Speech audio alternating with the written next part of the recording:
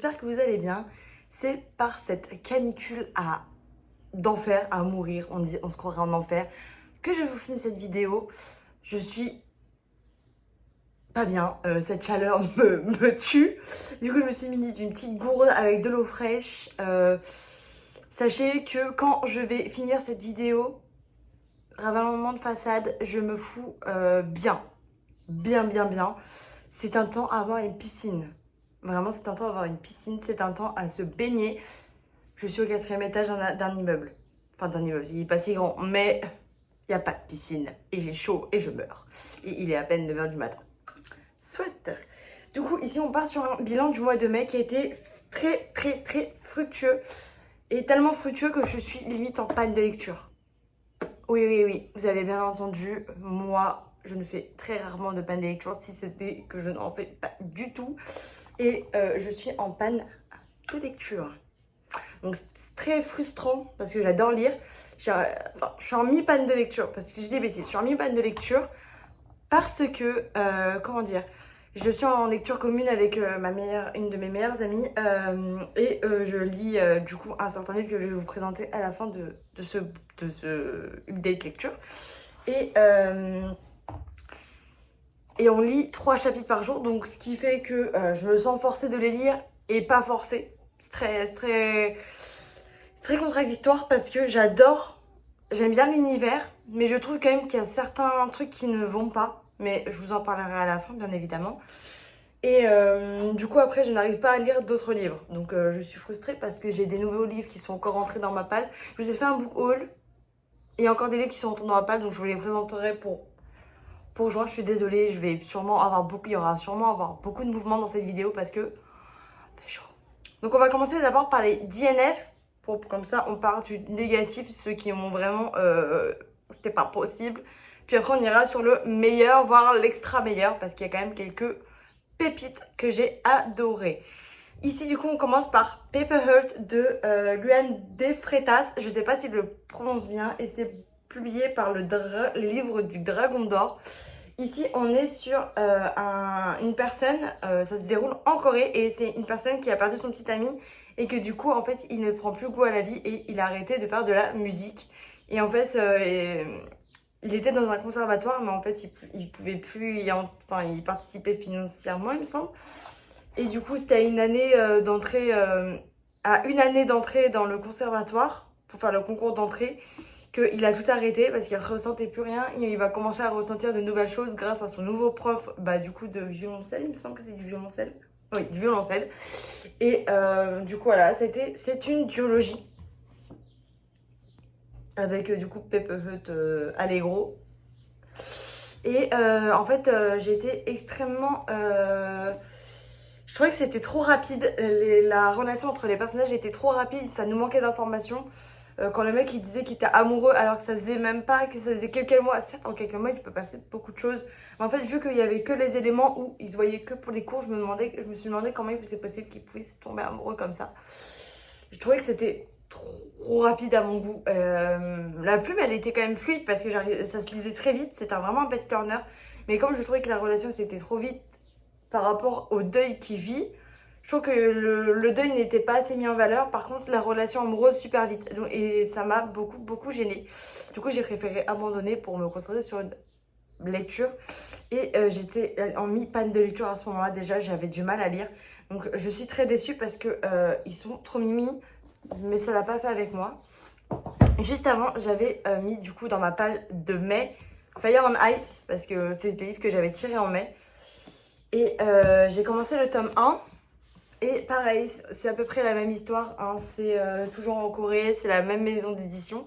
Sauf que là, cette fois-ci, c'est Solène Merono. Et j'avoue que j'ai eu beaucoup de mal à m'y mettre. Il me semble qu'il y avait aussi peut-être du deuil. Et là, c'est avec du patinage artistique cette fois-ci. J'avoue que j'ai du mal, je trouvais que c'était trop rapide. La plume, elle me correspondait pas, j'étais pas dedans. Du coup, j'ai préféré arrêter là. Malgré tout, j'ai trouvé ça triste parce que j'avais très envie de le découvrir. Je m'attendais à mieux. Parce qu'il me semble que ça parle de deuil. Et on ne sait pas pourquoi il va aussi mal. Et je trouvais ça un peu vulgaire par moment. Enfin, j'ai pas... j'ai pas kiffé mon truc dès le tome 1, donc je me voyais pas m'infliger 3 tomes d'affilée. J'ai trouvé ça un peu contre-productif. Ensuite, j'ai voulu tenter un jeunesse, Gallimard Jeunesse, qui est Les Royaumes de Feu 1, La Prophétie avec Tweet T. Sutherland. Je sais pas si je prononce bien le nom de l'auteur. Si c'est pas le cas, j'en suis désolée. Dès les premières pages, en fait, du coup, là, ça parle de jeunes dragons qui sont nés pour exterminer, pour mettre fin au combat et apporter la paix. Sauf que les dragons ne rêvent pas de ça, ils rêvent de liberté. Parce qu'en plus, on est sur des dragons, c'est du jeunesse, c'est des dragons qui sont très jeunes, mais qui sont éduqués pour et formés au combat, limite. Et dès les premières pages, j'ai pas trouvé ça très clair. Donc, j'avais pas envie de me farcir. En plus, c'est vraiment une longue saga de 16 tomes, plus un en plus, il me semble. Donc, j'avais pas envie de me farcir les 16 tomes. Donc, j'ai préféré éviter de m'infliger autant de difficultés. Donc, j'ai préféré abandonner. Ça fait beaucoup d'abandon ce mois-ci, mais comme vous le savez, maintenant j'ai le DNF très facile parce que je ne vais pas m'infliger 16 tomes. Oh mince. Je ne vais pas m'infliger de la difficulté de lecture pour rien. Je ne vais pas m'infliger aussi une panne de lecture. Enfin, déjà, j'en ai une mi-panne de lecture, c'est déjà compliqué. Donc, je ne vais pas m'infliger des trucs en plus qui ne me plaisent pas. Ensuite, là, on est sur La résilience des fleurs sauvages de Michaela Smelters, publiée aux éditions Roncière. Donc, c'est une duologie avec la renaissance des fleurs sauvages. Du coup, j'ai commencé lui. Après, ne faites pas attention, il y a des livres vraiment qui ne font pas partie de ma palle de mai. Mais quand j'avais fini déjà ma palle de mai, en fait, j'avais plus rien à lire. Donc, forcément, il y a des livres qui se sont rajoutés parce que j'allais pas lire. Si je me cantonnais à ma pile de mois de mai, en fait. J'aurais rien lu. Parce que à la mi-mois de mai, je crois qu'on était le 10 ou le 12, j'avais déjà terminé ma pile de mois de mai. Après, petit disclaimer, en ce moment je suis en arrêt et du coup j'ai beaucoup de temps de lire, donc c'est normal que mes piles, mes idées de lecture sont très conséquents. Mais lorsque je recommencerai à faire une formation et que je serai de nouveau dans le milieu du pain du travail et des études, forcément, cette pile va s'améniser et va se diviser. Je pense que je vais me cantonner peut-être à 4-5 livres, voire 6 par mois. Alors que là, ça, forcément, il y a des grosses lectures. Donc, ne vous habituez pas trop à ça parce que ça va revenir à l'heure normale. Parce que je suis plus à 4-5 livres par mois quand j'ai un rythme plutôt soutenu. Là, j'ai le temps de lire, j'ai le temps, j'ai vraiment beaucoup de temps. Donc, j'en profite. Du coup, ici, on est là sur une jeune fille qui...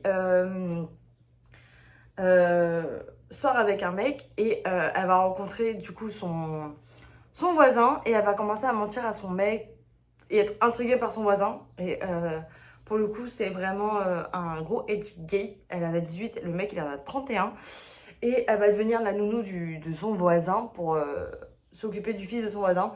J'avoue que j'étais déjà perturbée parce que la meuf, elle ment à son copain pour s'intéresser à un autre homme.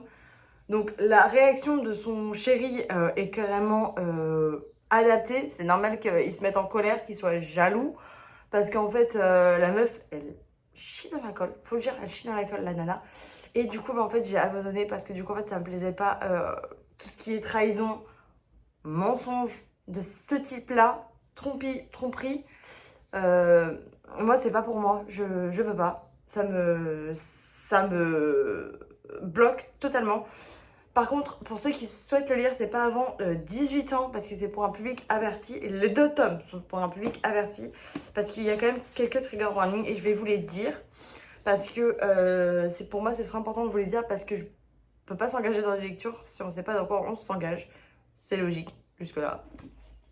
Donc il y a de l'abus parental, de l'abus physique et mentaux, agression sexuelle, cancer, description de cadavres, détresse psychologique, deuil, inceste, langage grossier, mort d'un enfant, pédocriminalité, scène à caractère sexuel, explicite, troubles de stress post-traumatique, viol, violence conjugale, violence sexuelle, vomissement.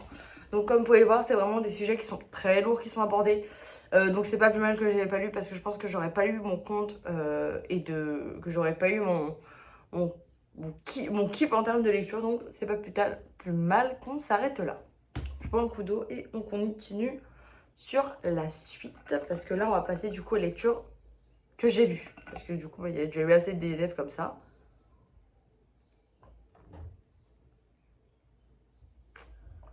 Il vient de boire quand même. Il y en a un que je l'ai mis là, mais en fait, j'aimerais vous en parler après. Oula, vous l'avez vu. En main, je lui ai donné un coup. Ouf, si.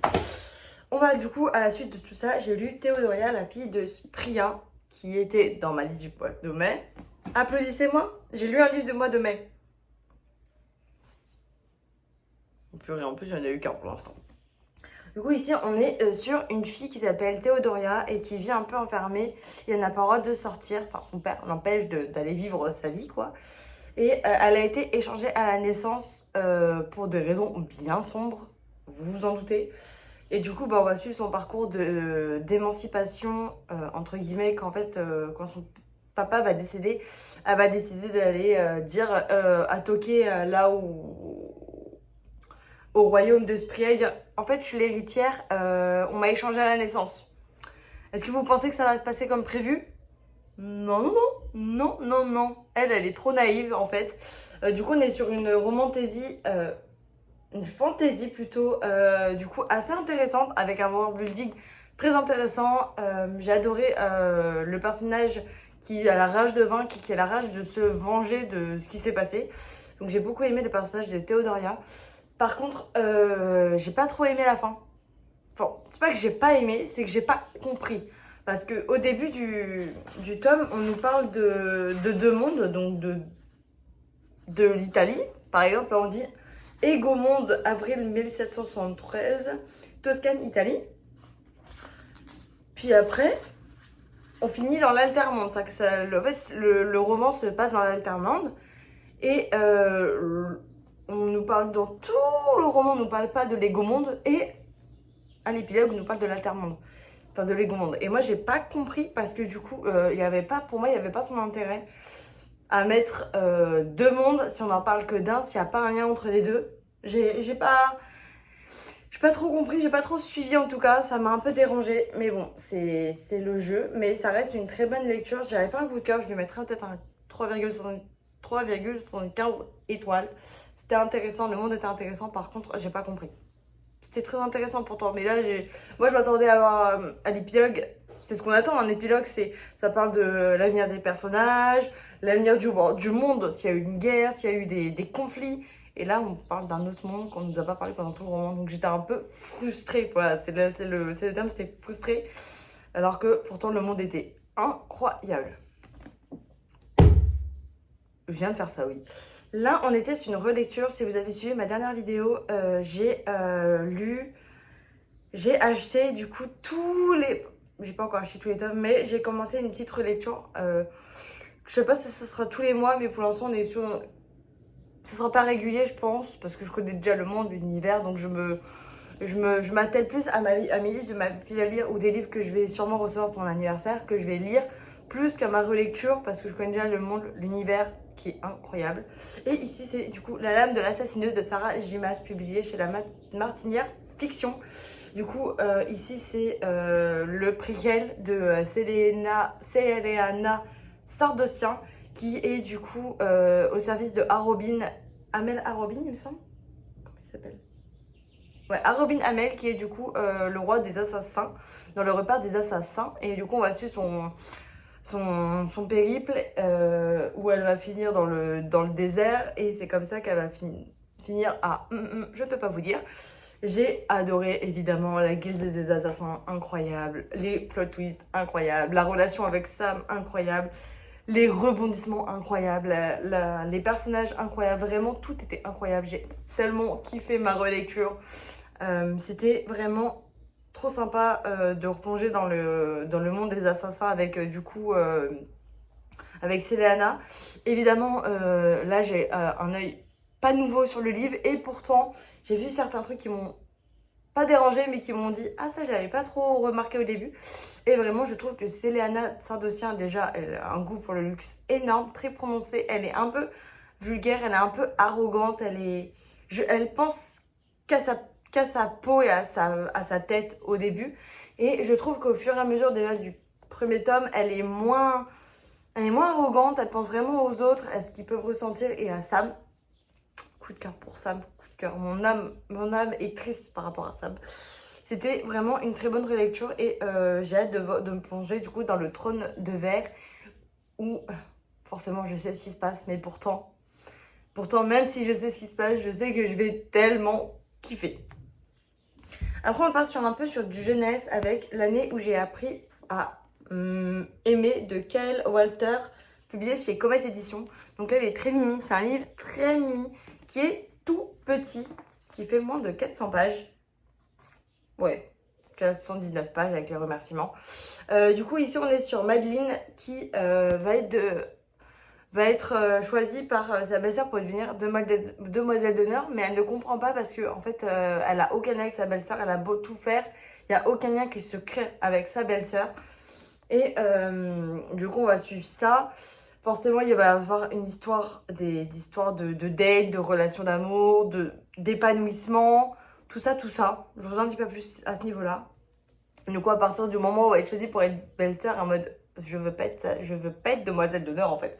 Elle n'a pas envie d'être demoiselle d'honneur, mais elle se dit, en étant demoiselle d'honneur, je vais peut-être pouvoir me rapprocher de ma belle-sœur et comprendre et l'aimer, peut-être, je vous dis bien peut-être.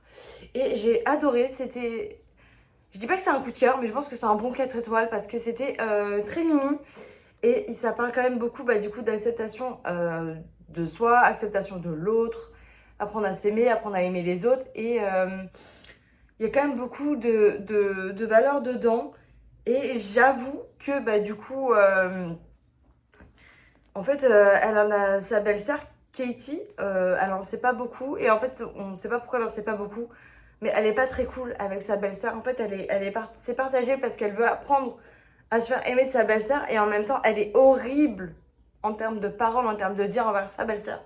Donc voilà, donc elle va essayer de se rapprocher via du coup le mariage, mais aussi via le fait qu'en fait elle a jamais embrassé un garçon et que du coup elle et les autres demoiselles d'honneur vont se mettre en tête de lui faire des tests, enfin des blind dates pardon, pour pouvoir trouver un cavalier du coup pour le mariage et du coup peut-être tomber amoureuse. Du coup ça fait beaucoup de choses pour cette jeune femme je crois qui est au lycée. Donc il y a quand même aussi des changements parce que du coup il y a aussi la demande en mariage, la famille qui change. J'ai beaucoup aimé, c'était très mimi, c'était très cosy, c'était bourré de valeurs tout le long du livre. J'ai eu du mal avec Madeline parce que je l'ai trouvée un peu arrogante, un peu je pense qu'à moi, un peu tout son univers était construit autour d'elle. Et en fait, elle n'arrivait pas à comprendre pourquoi sa belle-sœur en fait était très très discrète, qu'elle s'ouvrait pas aux autres quand il y avait quand elle était en présence d'elle et de sa famille. Et du coup, j'ai bien aimé, c'était très intéressant, très très intéressant. Attendez, je vais juste ça. Ok, non, c'est juste mon écran, j'ai cru qu'il s'éteignait, mais pas du tout. Du coup, on est sur... ensuite, j'ai lu Plein ciel de Siècle Weilban, publié aux éditions Big Bang. Où ici, du coup, c'est un peu compliqué. On est sur une fantaisie. Je dis pas que c'est une romantaisie parce qu'il y a très peu de romances, mais on est sur une fantaisie. Où du coup, on est sur Ivoire. Ivoire est née différente. Il me semble que elle est albinos. Et du coup, elle va être... Enfin, elle a la peau très claire. Elle a une peau claire de lune très, très pâle, très, très claire. Et du coup, ce qui va se passer, c'est que ça me perturbe que mon écran soit si foncé. Ça me perturbe parce qu'en fait, je filme toujours avec mon téléphone, je n'ai pas de caméra. Donc, je vais finir de parler de celui-là et après, je vais voir s'il n'y a pas un souci de lumière avec mon téléphone. Donc, elle est une simple dompteuse de rubans et elle veut pas dompter les rubans parce qu'elle se dit si je dompte les rubans, ça va lui attirer les feux de rampe sur elle et finalement elle va finir par céder pour dompter pour une robe pour Plein ciel qui est un grand opéra et du coup vous doutez bien ça va attirer les feux de projecteur sur elle et elle va pas trop kiffer. Et elle aura pas le choix du coup d'aller travailler à Plein ciel pour l'opéra. Mais du coup elle va demander d'avoir sa petite main de fée avec elle pour l'accompagner dans cette grande aventure. Et du coup j'ai trouvé très intéressant. Le monde est très complexe pour un... Il me semble que c'est... Non c'est pas du jeunesse. Mais le monde était quand même très bien construit, très complexe, très intéressant, mais lourd, parce qu'il y avait beaucoup d'informations, beaucoup de personnages, beaucoup de magie. À la fin, je n'en pouvais plus, même malgré que le fait que j'ai adoré, que le monde était très construit, il y avait des complots, de la politique, c'était très intéressant, j'ai adoré mon truc. Voilà, donc lui, je lui mets 4 étoiles. Ensuite, j'ai lu Earth Campus, qui du coup, je vous ai fait en vlog. Donc lui, on va pas trop s'y attarder, vous vous doutez bien. Du coup, c'est de Lisa Blossom, qui est une influenceuse littéraire de base, publiée aux éditions Salon Romance. Donc, c'est tout mimi, c'était tout mimi. Et ici, on est avec Auria, qui du coup, elle avait arrêté un peu l'université car on lui avait publié des photos d'elle très intimes, de sa relation très intime avec un de ces mecs de l'université. Et j'ai trop aimé. Il n'y a pas que de l'amour dedans, c'est pas forcément très facile à lire. C'est une romance new adulte, mais est-ce qu'il y a les trigger warnings? Donc, il me semble que je vous les ai déjà dit, mais il me semble qu'il y a des trigger warnings. Oui. Revenge porn, agression, harcèlement sexuel, stalking obsessionnel, angoisse, crise étouffante, violence physique, maltraitance infantile. Et alors, du coup, elle va faire du fake dating avec Ulysse, le meilleur ami de son frère, avec qui ils ont une sorte de mésentente. C'est pas vraiment un ennemi true lovers, je dirais plus un rival true lovers, parce que franchement, ils s'entendent, mais ils s'entendaient bien un peu avant. Ils s'entendaient très bien et ils ont arrêté de s'entendre de moins en moins suite à certains événements. Et j'ai trouvé la relation très pleine d'émotions, forcément un peu chaotique par moments, parce que Ulysse a vécu des choses pas faciles durant son enfance. Donc forcément, ça joue sur la construction identitaire et mentale et physique du jeune adulte. Je trouve ça très intéressant. Les plot twists étaient toujours plus et j'ai bien aimé, ça bougeait quoi. Ça bougeait, ça bougeait, ça bougeait. Il y avait toujours des trucs à lire, toujours des trucs à dire et j'ai bien kiffé ma lecture. Donc je lui mets un bon 5 étoiles. C'était kiffant. Ensuite, ça c'est ma lecture, ma dernière lecture. Ma dernière lecture avant ma micro-panne. Et j'ai lu Stargazing de Morgan Ruckraft, publié chez Nox Albin Michel, donc la collection Nox de chez Albin Michel, où ils font les livres toujours tout mimi, j'ai bien aimé. Du coup, ici on est sur Rin qui, suite à un accident de voiture, tente de se reconstruire. Parce qu'elle faisait une carrière de ballerine et du coup, en retournant dans sa ville d'enfance, elle va apprendre à faire la connaissance de Bjorn, qui lui un combat, il veut récupérer sa fille parce qu'en fait dès sa naissance elle a été placée en famille d'accueil, tout simplement. Pourquoi? Parce que du coup en fait quand on place un enfant en famille d'accueil dès sa naissance, c'est que c'est pas très simple de la mettre avec ses parents biologiques. Tout simplement, c'est qu'il y a un problème. Et du coup, la relation, elle est explosive, mais en même temps, elle est toute mimi.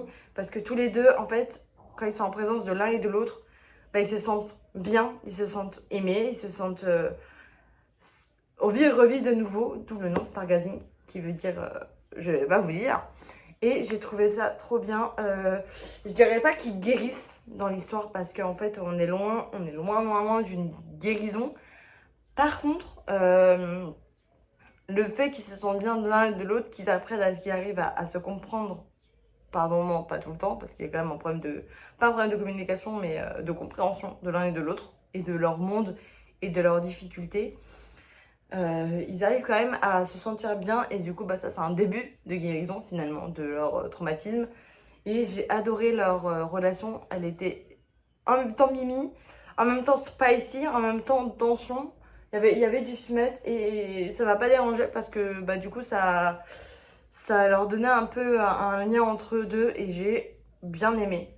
Vraiment, j'ai beaucoup aimé ce petit livre. Je lui mets un bon 5 étoiles parce que pour un coup de cœur, c'est dur. Là, on va aller sur un livre vraiment mitigé. Il s'agit du Silence des mots de Angèle Mann, publié chez Black Ink. Ici, on est sur l'histoire de Layana qui est pédopsychiatre et qui va intégrer Ward for Hills où elle doit accompagner des enfants donc, qui ont été recueillis et ont été recueillis suite à des maltraitances, à plein de choses pas faciles que certains enfants vivent dès la naissance. Et elle va du coup être bousculée, pas au propre sens parlé, par Niels, qui est lui le fondateur de cette fondation. Et du coup, direct, c'est mésentente. Mésentente direct, ils peuvent pas se blairer, plus ou moins, mais ils ont quand même une tension et un désir tout le long.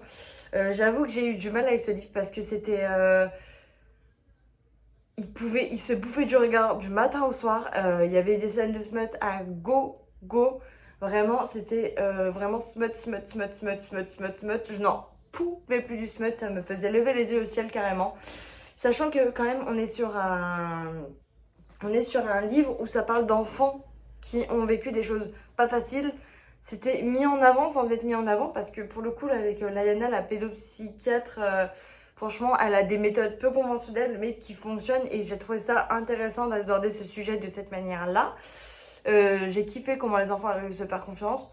Par contre, j'ai trouvé qu'il y avait trop de plot twists à propos des enfants. Ça ne s'arrêtait jamais. Quand c'était pas ça, c'était ça. Quand c'était pas ça, c'était ça. Et vraiment, le plot twist de fin, j'ai cru que j'allais DNF à ce moment-là. J'étais à, peut-être, on est à 50 pages de la fin, on va dire qu'il restait ça. Et l'autrice nous a sorti un plot twist. Il y avait que ça, ça ne s'arrêtait pas. En fait, à un moment, à un moment, c'était tout doux. La relation entre les personnages, elle était toute douce, toute belle. Ils apprenaient à communiquer ensemble, à se comprendre et à avancer. Et d'un coup, ils nous sortent un plot twist comme ça. Et c'est comme ça tout le long du livre. Tout le long du livre. Et du coup, ça m'a vraiment très gênée. Et c'est peut-être lui, en fait, qui m'a causé ma peine de lecture. Parce que franchement, après lui, j'ai lu lui. Je sais même pas comment j'ai réussi à le lire après lui. Parce qu'après lui, j'avais plus envie de lire. J'avais plus envie de lire. Et maintenant, je me retrouve à plus savoir lire. Et du coup, voilà. J'étais très très embêtée. Donc je lui mets vraiment la note de 3 étoiles. Hein. Ça m'a vraiment gênée jusqu'au bout. Dommage parce que vraiment le concept de pédopsychiatre avec les enfants, j'avais adoré l'idée.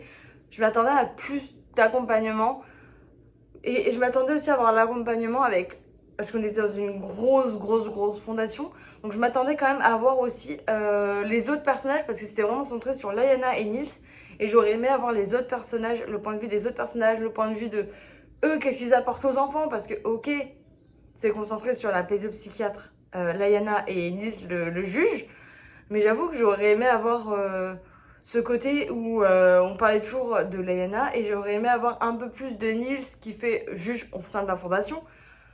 J'aurais kiffé quoi. Et j'ai pas eu. Donc mes attentes, elles n'ont pas été du tout atteintes. Et j'étais un peu tristoune.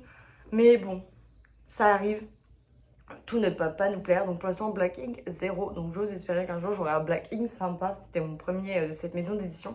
Mais par contre, leurs couches chez Black Ink, elles sont incroyables. Et le livre, l'objet livre est sublime. Il n'y a pas de jaspage, mais l'intérieur des livres, je vais vous montrer. Il faudrait que je vous trouve un chapitre. Vraiment, ils étaient trop beaux. Vraiment trop beaux. Donc j'ai trop kiffé quand même. J'ai trouvé trop beau. Ensuite, là, on est sur un de mes dernières lectures. J'ai lu Hollyborn, You Cool, So Pretty. La vidéo va durer 1000 ans. J'en suis désolée. J'ai lu vraiment beaucoup de livres. Beaucoup de livres. Et j'ai vraiment beaucoup lu. Putain, j'ai chaud. On va boire un couteau, mais je meurs de chaud. Là, je suis en nage, en fait. Vraiment, je suis en nage. Je souffre, moi. Je souffre. Cette canicule, je n'en peux plus.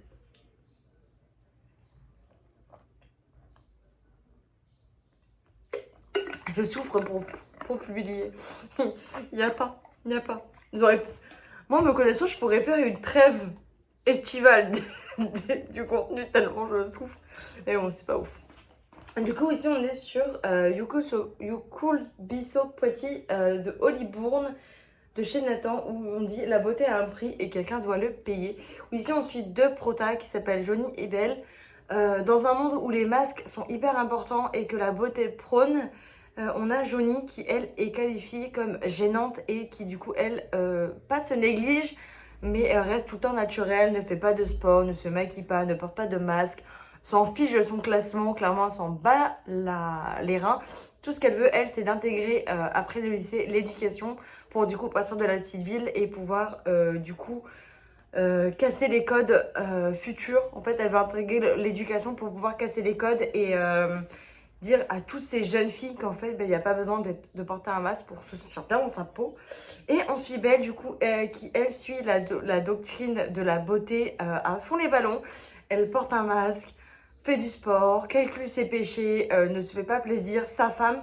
Donc pour le coup, c'est un peu trigger pour ceux qui ont du mal à s'accepter de suivre Belle. Elle est hyper agaçante, elle est chiante.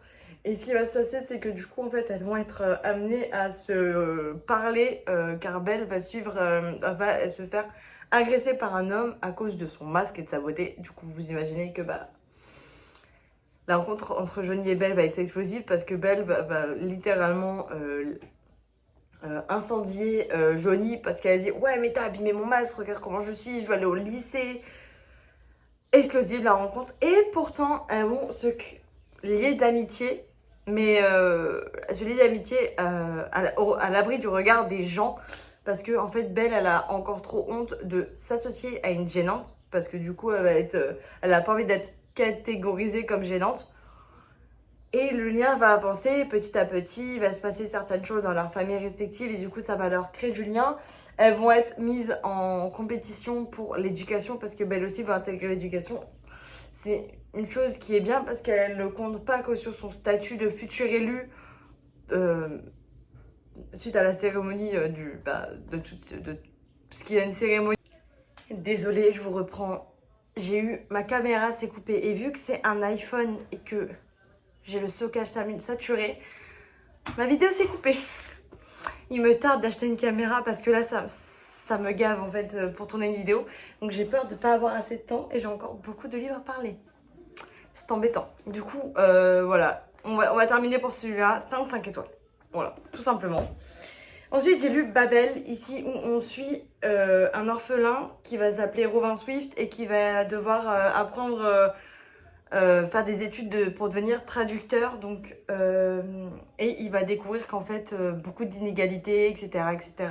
En fait, durant le processus de son apprentissage, il va voir des inégalités et il va essayer de faire partir d'une sorte de semi-résistance jusqu'à qu'il rentre totalement dans la résistance et qu'il veuille imposer sa façon de penser.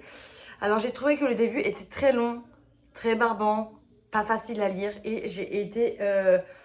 j'avais du mal à lire, c'était pouf. Et pourtant j'aime bien la plume de RF Kwang parce que j'ai déjà lu Yellowface. Et j'ai eu du mal à le lire. Et une fois que la partie traduction était passée et qu'on était vraiment dans le conflit, dans la magie, dans l'aspect un peu plus magie et moins académique, j'ai adoré, j'ai trouvé ça plutôt sympa comme histoire. Et j'ai aimé suivre le personnage de Robin. Du coup, je lui mets un bon 4 étoiles et je pourrais pas lui mettre plus parce que du coup, si la moitié du livre a été compliquée, je pourrais pas lui donner plus. Ensuite, on part sur une... J'ai lu En cavale de Cindy Lia, publié chez Plume du Web. C'est mon premier Plume du Web. Et aussi, on suit Kate, où elle voit sa meilleure amie se faire tuer. Et... comment expliquer ça? Elle va avoir et du coup, une fois qu'elle a vu sa meilleure amie tuée, elle va devoir être en cavale pour se protéger du tueur. Normalement, c'est l'inverse, hein, c'est le tueur qui est en cavale par les forces de l'ordre, mais en fait là ça va être elle qui est en cavale parce que le mec qui a tué sa meilleure amie est très très futé. Du coup elle va être affublée de Anders qui est qui fait partie des forces de l'ordre et du coup ils vont fuir tous les deux ensemble tout le temps. Du coup j'ai adoré l'histoire, c'était très frais, c'était très sympa à lire et c'est un peu une course contre la montre pour trouver le tueur et en même temps fuir. Et du coup j'ai aimé parce qu'il y avait beaucoup de répliques, ça bougeait, il y avait de la répartie entre les deux personnages, une proximité forcée. J'ai adoré l'histoire et du coup forcément il y a aussi du désir, de l'attention, de l'amour et j'ai trouvé ça très très intéressant. On a aussi l'aspect émotionnel, l'aspect un peu du coup du passé qui réapparaît et j'ai trouvé ça incroyable, j'ai adoré, tout simplement j'ai adoré, donc je lui mets un bon 5 étoiles. Donc j'ai lu après Campus Driver, la saga entière. Je vais pas vous parler de chaque tome parce que forcément c'est toujours à peu près la même chose, ça revient à chaque tome. Donc j'ai plutôt bien aimé. Ici du coup là c'est mon moins préféré, du coup je vais vous parler de celui que j'ai moins aimé. Où ici on suit Lane et Loïs, où du coup Loïs s'est fait quitter par son mec à la rentrée de leur première année universitaire. Et Lane va décider de l'héberger sous contrainte. Et il va être exécrable avec elle, horrible. Il veut pas tomber amoureux, il veut s'en bat les reins des filles. Et en parallèle de ça, du coup, il fait partie d'une bande de copains où ils ont créé l'application de Campus Driver, qui est une service de taxi pour les conduire de point A à un point B dans le campus et alentour. Donc j'ai trouvé ça super intéressant comme concept. Malgré le fait de leur relation hyper chaotique, j'ai adoré le concept, mais c'est pas mon préféré. Je dirais que mes préférés, c'est Book Boyfriends, où ici on suit Donovan et Carrie, où lui il veut être le Book Boyfriend parfait pour renouer le lien avec sa sœur. Et j'ai aimé Good Luck, où on suit Luke et Tori. Luke est hyper malchanceux, mais vraiment quand je dis malchanceux, c'est très très très très malchanceux. Et j'ai tellement aimé l'histoire. Vraiment, c'était trop bien. Donc, il faut vraiment partie de mes préférés. Et après, bah, du coup, j'ai lu lui. Donc, ça, c'est le tome 4, Love Machine. Parce que du coup, le tome 5 et le tome 4, on rajoute la Love Machine. Où du coup, il se passe les campus drivers servent à emmener les dates d'un point A à un point B. Tout simplement, c'est ce qui se passe en plus. C'est une sorte de partenariat avec l'application Love Machine. Donc, c'est plutôt intéressant. Et ça rajoute un plus parce que si c'était juste Campus Driver, bah, je pense que j'aurais eu du mal à me farcir 5 tomes de Campus Driver. Du coup, le fait qu'on rajoute le Love Machine, ça rajoute un nouveau souffle à la saga et j'ai trouvé ça intéressant. Et c'est tout. J'ai terminé de parler de mes livres. Pardon, j'ai fini de parler de mes livres. Désolée, j'ai dû un peu raccourcir parce que j'aurais aimé vous parler plus de ces livres. Mais j'ai peur que ça fasse encore stockage saturé. J'en suis vraiment navrée. Du coup, vu que j'ai adoré... Oh purée. Pourquoi j'ai fait comme ça? Je savais que j'aurais pas dû faire dans cet endroit-là. Vu que j'ai adoré La Promesse des Astres. Tout simplement.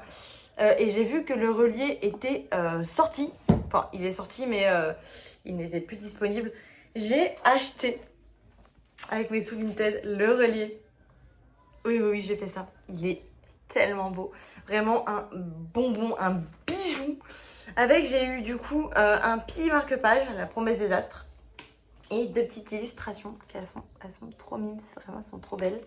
Et l'intérieur, les gars, mais trop beau. Du coup, là c'est les pages de garde. On a... tac. J'essaie de faire vite en même temps. J'ai pas envie d'être... Donc là, on a la carte du monde des astres qui est en couleur. Elle est trop belle. Et du coup, on a tous les signes et ce qui ça fait en termes de pouvoir en couleur qui est très beau. Et je vais essayer de vous trouver des illustrations parce qu'elles sont vraiment trop belles. Alors, attendez, est-ce que je vais réussir à la voir? Ouais, elle est au début en plus, je suis bête. Je te tue un peu. Ouais, j'arrive pas à la voir. Pourtant, je sais qu'elle est au début.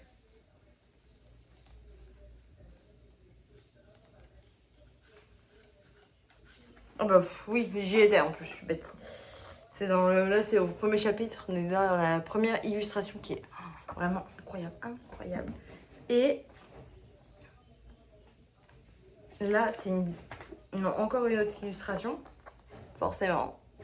Avec, voilà. Et on en a une troisième, vraiment, en double page en plus. Vraiment, le travail de fou de ce livre, elle est tellement, mais tellement canon, les gars. Du coup, voilà, j'ai acheté le livre en relié collector, donc je mettrai en vente celui-là parce que je me vois pas garder, parce que c'est clairement un coup de cœur, mais je me vois pas garder 2 livres. Je vous ai parlé de ce livre? Non. Tellement un coup de cœur que je vous en parlais, parce qu'en fait, je croyais que je vous en avais parlé, mais non. Je suis un peu teuteux quand même, hein. Un peu teuteux. Hop. Je me décale un peu pour vous le mettre là. Clairement parce qu'il a sa place dans cette vidéo. Ici on suit du coup Dia qui est une éclipsée et c'est en fait suite à la tromperie de son père envers sa mère. À sa naissance, les astres lui ont donné le statut d'éclipsée, c'est-à-dire qu'en gros, elle ressemble 2 gouttes d'eau à sa sœur jumelle Pandia sur le point physique, mais sur le point de vue de son signe, elle n'est pas une Piscis, mais elle est une Gemini. Elle est sous le signe Gemini, donc elle n'a pas les mêmes pouvoirs. Et du coup, en fait, ses parents la cachent et la maltraitent limite. Donc voilà. Et les As décident de réouvrir les frontières aux Scorpions, donc aux Scorpios. Mais pour les ouvrir, ils ont une condition, c'est de se marier aux Piscis. Du coup, les Scorpions vont devoir rendre visite sous contrainte et sans grandes envies aux Piscis. Et du coup, en fait, forcément, vous imaginez bien, les parents vont pas dire à Dia, qui est une Gemini, d'aller... C'est bon, je suis vraiment navrée pour cette vidéo qui n'arrête pas de couper. Va falloir que j'achète une caméra au bout d'un moment parce que c'est pas très pratique. Si le stockage saturé fait ça à chaque vidéo. J'avoue, cette vidéo, elle est très longue par rapport à d'habitude. Elle va peut-être durer presque 50 minutes, mais j'ai lu beaucoup de livres. Et puis, j'ai aéré, maintenant j'ai les mouches. Cette vidéo ne veut pas se tourner comme prévu. Et du coup, j'ai fait tomber mon relier parce que je suis teuteux. Celle-là abîmée un peu. Tant pis. Du coup, on en revient au fait que... ce que j'avais dit précédemment. Que du coup, les scorpions vont aller se rendre chez les Piscis pour du coup rencontrer les Piscis. Et du coup, ça va être Pandia, sa sœur, qui va être promise parce que c'est une Piscis. Elle n'a pas un statut d'éclipsée. Elle est normale, entre guillemets. Sauf que s'il ne va pas se passer comme prévu, Dia va prendre la place de Pandia lors de la nuit de chair. Et du coup, en fait, ça va sceller leur destin. Et elle va pouvoir se rendre chez les Scorpios pour s'y cacher, s'y protéger. Et à partir de là, ça déborde. C'est trop bien. La relation avec les Zat et Dia, vraiment incroyable. J'ai adoré l'histoire. J'ai adoré vraiment découvrir les astres. Même si j'avoue que j'aurais aimé en savoir un peu plus sur les autres... Je vais tenir celui-là parce qu'il est incroyable. Même si j'aurais aimé en savoir un peu plus sur les autres signes, avoir un peu plus de matière. Donc j'aurais aimé avoir 400 pages de plus pour avoir plus de plot twist sur les autres astres. Mais bon, c'est la vie, c'est comme ça que ça a été fait. Mais c'était une histoire très intéressante. Les signes étaient très intéressants, la magie était très intéressante. Les lieux avaient l'air incroyablement beaux, les palais somptueux. La relation entre les At et Dia, incroyable. J'aurais aimé aussi, je m'imaginais aussi la relation entre les 2 sœurs jumelles qui était vraiment un lien gémellaire très très beau aussi. Du coup, lui, c'est vraiment coup de cœur sur 5, c'était sublime. Voilà, c'était tout pour ce update lecture conséquent et infructueux pour le nombre de fois où ça s'est coupé. J'en suis désolée, je vous aurai des transitions à chaque fois, donc je suis désolée si ma parole se coupe au moment où je parle. Parce que la vidéo s'est coupée à cause de mon stockage saturé. Je vous fais des bisous, n'hésitez pas à commenter, à liker et à repartager si besoin. Je vous fais des bisous et je vous dis à bientôt pour une prochaine vidéo. En appelant à la dernière minute parce que malgré mon stockage saturé, j'ai oublié de parler de ma lecture actuelle où j'ai lu presque la moitié. Il s'agit du tome 1 de la saga de God and Monster, les livres maudits d'Azraël, publié par Amber V. Nicole, que je lis en lecture commune malgré ma micro-panne de lecture. Il s'agit d'ici où Diana a donné sa vie pour sauver sa sœur et du coup elle est devenue une immortelle, une Ingmorusienne. Désolée, c'est très dur à expliquer. Et du coup, elle suit les ordres de Kaden qui lui va retrouver le livre maudit d'Azraël pour du coup asseoir sa volonté. Et du coup, on suit tout ce world building. C'est une dark fantasy très dense et très complexe. J'ai vraiment du mal à m'immerger. Je commence à m'immerger doucement, mais j'ai du mal à m'immerger. J'ai du mal avec le... Enfin, je vous donne pas un grand avis pour l'instant parce que j'ai pas tout lu. Mais j'avoue que j'ai du mal à le situer. Par moments, je trouve qu'il y a des moments très flous. Alors d'habitude, je vois pas trop les longueurs, mais là, je sens les longueurs. Je les sens passer. Et au-delà de ça, je trouve qu'il y a des moments où c'est très flou, très compliqué à lire. Ce qui fait que ça me retire quand même pas mal de plaisir de lecture. J'ai déjà du mal à lire en plus. Alors bon, c'était peut-être pas le meilleur livre à lire durant une panne de lecture, hein. Mais bon, ça reste quand même très sympa parce qu'il y a un monde assez dense, assez cool. Du coup, je suis assez contente de le découvrir parce que ça fait quand même 1 an qu'il est dans ma palle, le bébé. Parce que c'est quand même une belle pavasse pour le coup. Du coup, voilà. Vous aurez forcément un update de ce livre en juin parce que du coup, il apparaîtra dans mes lectures de juin, celui-là, parce que je ne l'ai pas terminé et on est quand même le 30 mai, tout simplement. Je clôt le truc. Ceci est une vraie fin de vidéo YouTube. Je vous fais des bisous et je vous dis à bientôt.